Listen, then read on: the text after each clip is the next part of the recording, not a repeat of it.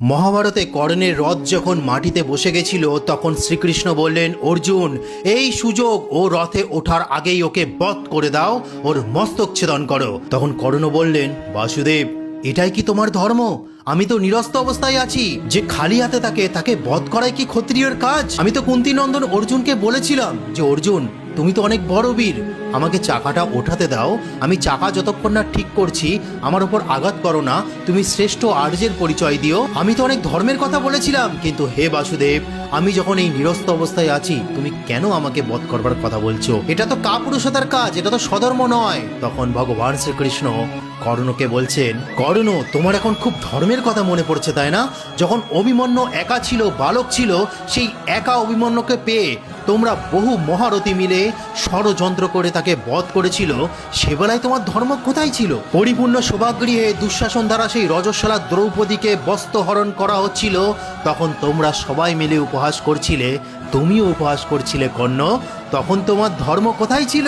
আরো কি বলছে ভগবান শ্রীকৃষ্ণ দেখুন, কর্ণ, পাণ্ডবদের বনবাসে 13 বছর পার হলেও যখন তুমি তাদের রাজ্য ফিরিয়ে দিতে চাওনি, তখন তোমার ধর্ম কোথায় ছিল?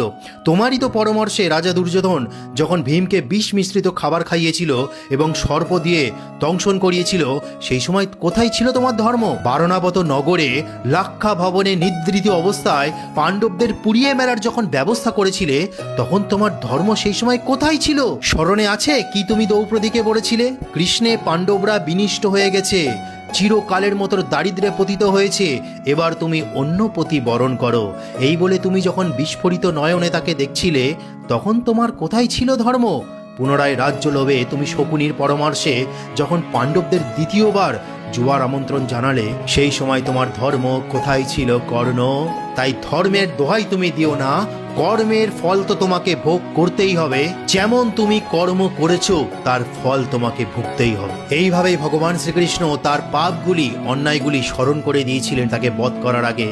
তারপর অর্জুন এবং কর্ণের মধ্যে ভয়ঙ্কর যুদ্ধ হয়, কর্ণ তারপর বধ হয়ে যায়। বন্ধুরা, আমরা যখন মৃত্যুবরণ করব, আমাদেরও দেখবেন যে সারা জীবনে কি কি পাপ কর্ম করেছি সবকিছু একবার রিফ্লেকশন হবে আপনার মস্তিষ্কে। তাই সর্বদা সৎ কর্ম করুন, ধর্ম রক্ষার চিন্তা করুন, কোনো নারী বিপদে পড়লে তার পাশে এসে দাঁড়ান। এটাই ছিল ভগবান শ্রীকৃষ্ণের শিক্ষা। তোটা আজকে বলার ছিল। হরে কৃষ্ণ।